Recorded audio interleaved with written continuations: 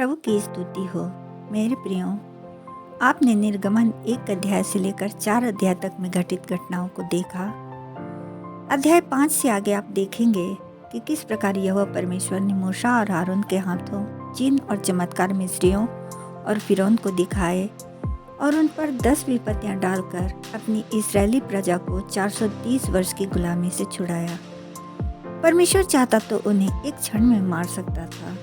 उसने कहा भी, मैंने तो अभी हाथ बढ़ाकर तुझे और तेरी प्रजा को मरी से मारा होता और पृथ्वी पर से तेरा सत्यानाश हो गया होता, परंतु मैंने इस कारण तुझे बनाए रखा है कि तुझे अपनी सामर्थ दिखाऊं और अपना नाम सारी पृथ्वी पर प्रसिद्ध करूं।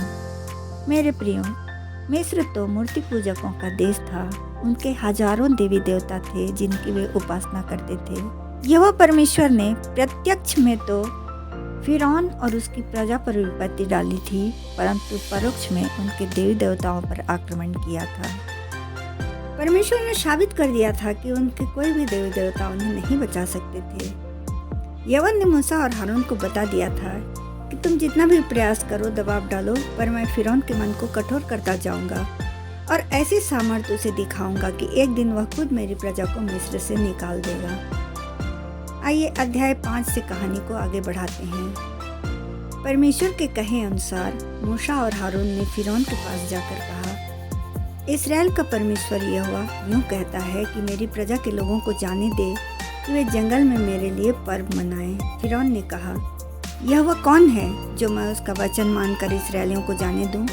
मैं यहोवा को नहीं जानता और मैं इसराइलियों को नहीं जाने दूंगा।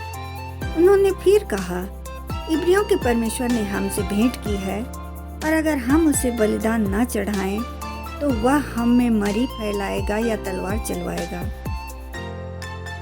फिरौन ने उनसे कहा, तुम क्यों लोगों से काम छुड़वाना चाहते हो? तुम जाकर अपना बोझ उठाओ, अर्थात अपने मतलब से मतलब रखो। फिरौन ने उसी दिन इस्राएलियों से जो परिश्रम करवाते थे उनके सरदारों को आज्ञा दी, तुम जो ईंटें बनाने के लिए लोगों को पुआल दिया करते थे, अब से ना देना। वे खुद जाकर पुआल इकट्ठा करें। तो भी जितनी ईंट वे अब तक बनाते थे उतनी ही ईंटें उनसे बनवाना। ईंटों की गिनती घटने ना पाए, क्योंकि वे आलसी हो गए हैं। इस कारण चिल्लाते रहते हैं कि हमें हमारे परमेश्वर के लिए बलिदान करने जाने दे। उन मनुष्यों से और भी अधिक कठिन परिश्रम करवाओ, उनका ध्यान झूठी बातों पर ना लगे। मेरे प्रियो, फिरौन ने परमेश्वर को झूठा और तुच्छ जाना, जैसा कि आज के कुछ मसीही विरोधी लोग करते हैं। तब उनके परिश्रम करवाने वालों और सरदारों ने उन्हें राजा का हुक्म सुनाया।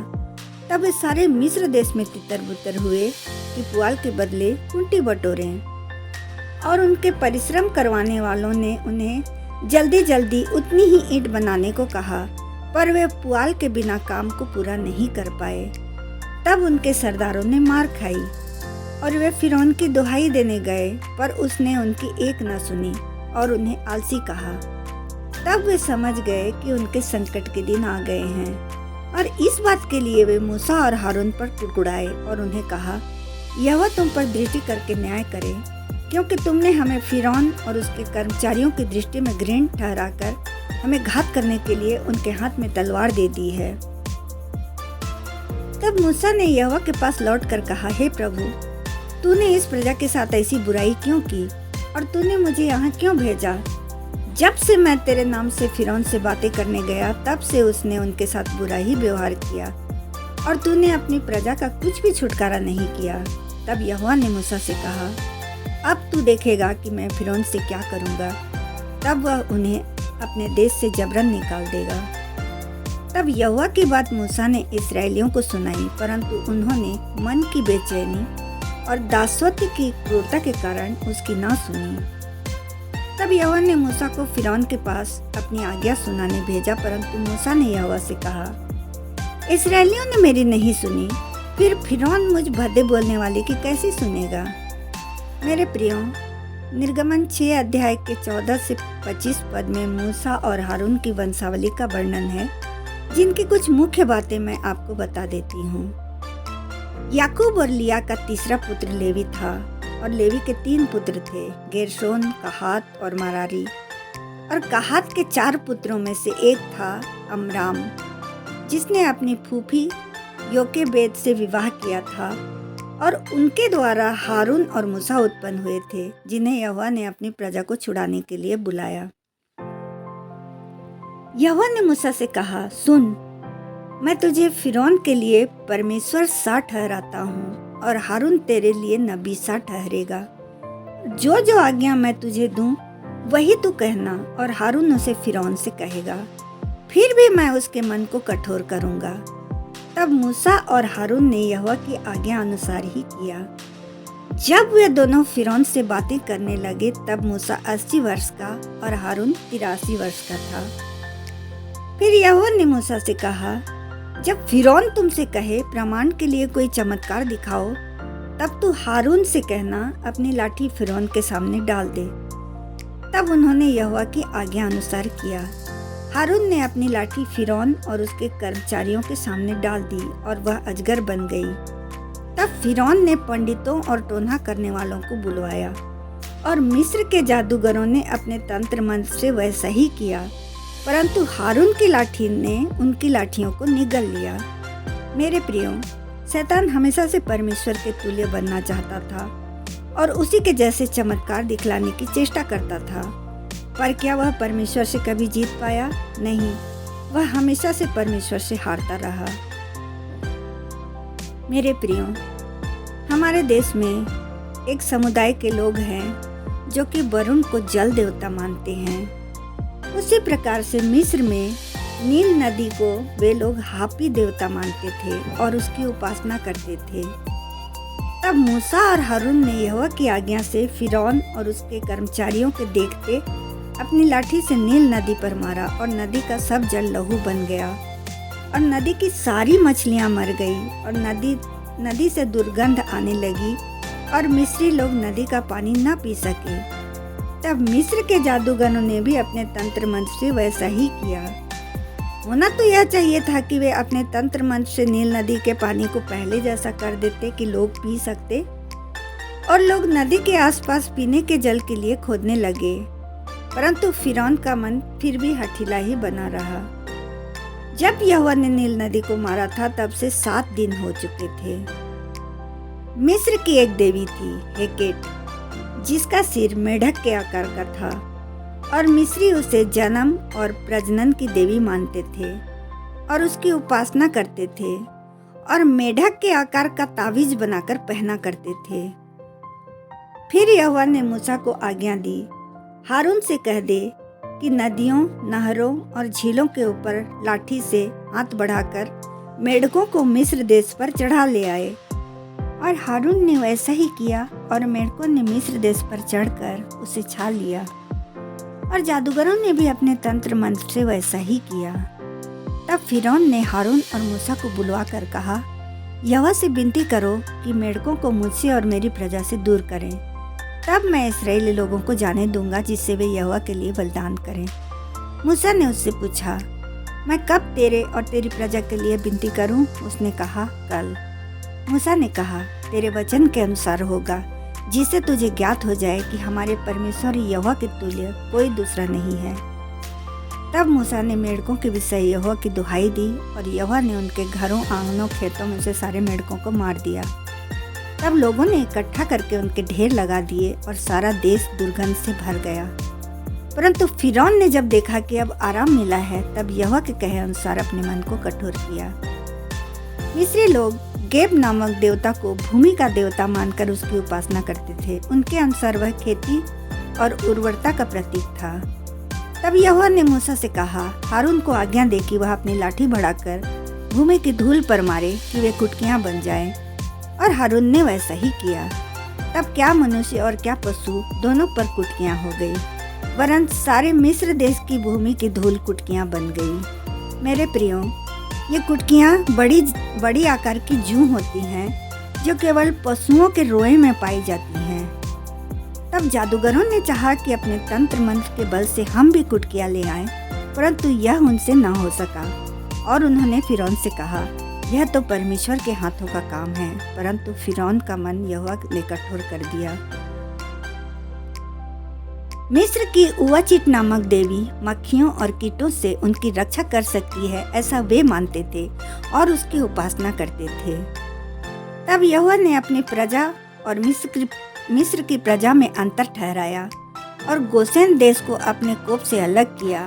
फिर उसने मूसा और हारून के द्वारा फिरौन को चेतावनी दी और जब उसने न सुना तब मिस्र पर डांसों के झुंड को भेज दिया और फिरौन के भवन, उसके कर्मचारियों के घरों में और सारे मिस्र देश में डांसों के झुंड भर गए और डांसों के मारे वह देश नष्ट हुआ।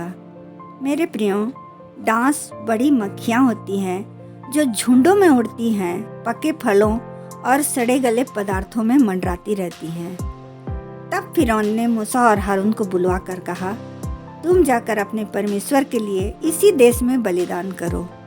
मूसा ने कहा, ऐसा करना उचित नहीं, क्योंकि हम अपने परमेश्वर के लिए मिस्रियों की घृणित वस्तु का बलिदान करेंगे और यदि हम उनके देखते ऐसा करें तो क्या वे हम पर पथराव ना करेंगे। तब फिरौन ने कहा, मैं तुमको जंगल में जाने दूंगा कि तुम अपने परमेश्वर के लिए जंगल में ही बलिदान करो, केवल बहुत दूर ना जाना और मेरे लिए विनती करो।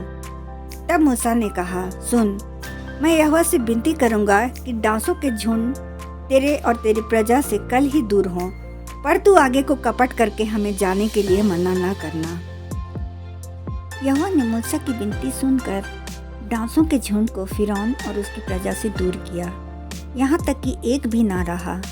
तब फिरौन ने इस बार भी अपने मन को कठोर किया।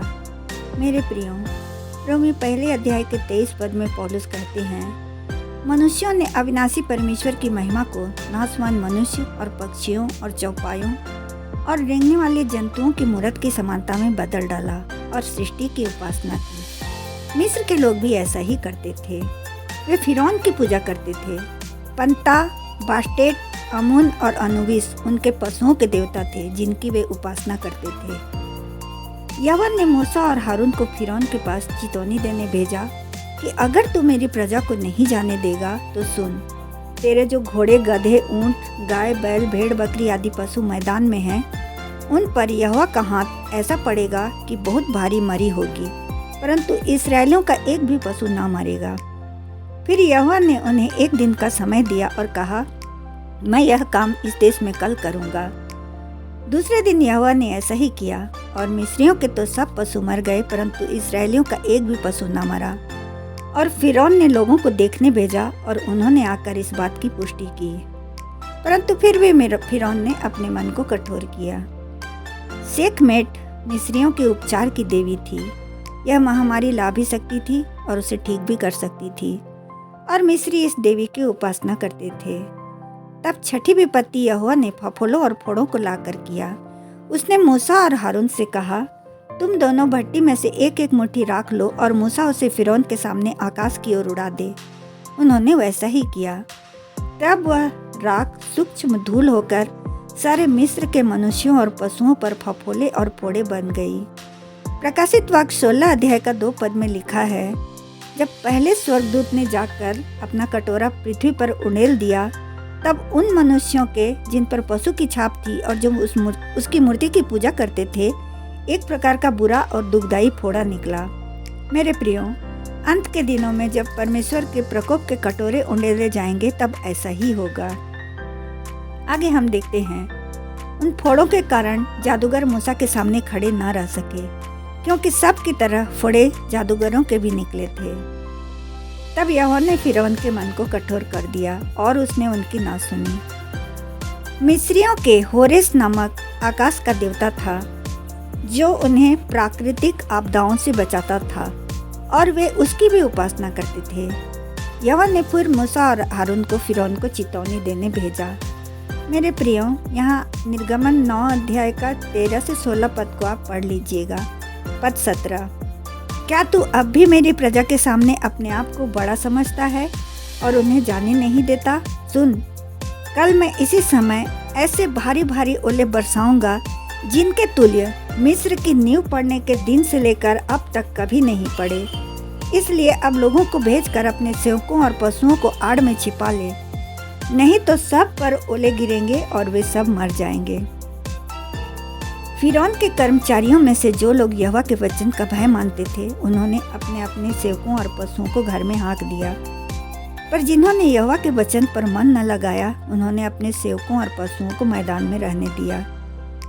तब यहोवा ने मूसा से कहा, अपना हाथ आकाश की ओर बढ़ा कि सारे मिस्र देश के मनुष्यों, पशुओं और खेतों की सारी उपज पर ओले गिरे। तब मूसा ने अपनी लाठी को आकाश की ओर उठाया और यहोवा के सामर्थ से मेघ गरजने लगे और ओले बरसने लगे। जो ओले गिरते थे उनके साथ आग भी मिली हुई थी। इसलिए मिस्र देश भर के खेतों में क्या मनुष्य क्या पशु सब मारे गए और ओलों से खेत की सारी उपज नष्ट हो गई और मैदान के सब वृक्ष भी टूट गए। केवल गोसेन देश में जहाँ इस्राएली बसते थे ओले नहीं गिरे। तब फिरौन ने मूसा और हारून को बुलवाकर उनसे कहा, इस बार मैंने पाप किया है। यहोवा धर्मी है और मैं और मेरी प्रजा अधर्मी है। मेघों का गरजना और ओलों का बरसना तो बहुत हो गया। अब यहोवा से विनती करो, तब मैं तुम लोगों को जाने दूंगा। मूसा ने उससे कहा, विनती तो मैं करूंगा और सब कुछ बंद भी हो जाएगा। इससे तू जान लेगा कि पृथ्वी यहोवा ही की है। तो भी मैं जानता हूँ कि न तो तू और न तेरे कर्मचारी यहोवा का भय मानेंगे। सन और जौ की फसल तो पूरी तरह नष्ट हो गई थी, पर गेहूं और कठिया गेहूं जो बढ़े न थे इस कारण बच गए। तब मूसा ने यहोवा से विनती की। तब बादल का गरजना और ओलों का बरसना बंद हुआ। और जब ओलों का बरसना बंद हुआ, तब फिरौन ने अपने कर्मचारियों समेत फिर से अपने मन को कठोर करके पाप किया। मेरे प्रियो, पवित्र शास्त्र की एक एक घटना सत्य है, कहानी ही नहीं। फिर भी मैं इसे कहानी कहकर आपको सुना रही हूँ। तो इससे आगे की कहानी मैं अगले रिकॉर्डिंग में लेकर आऊँगी। तब तक के लिए यीशु सहाय। जय मसीह की।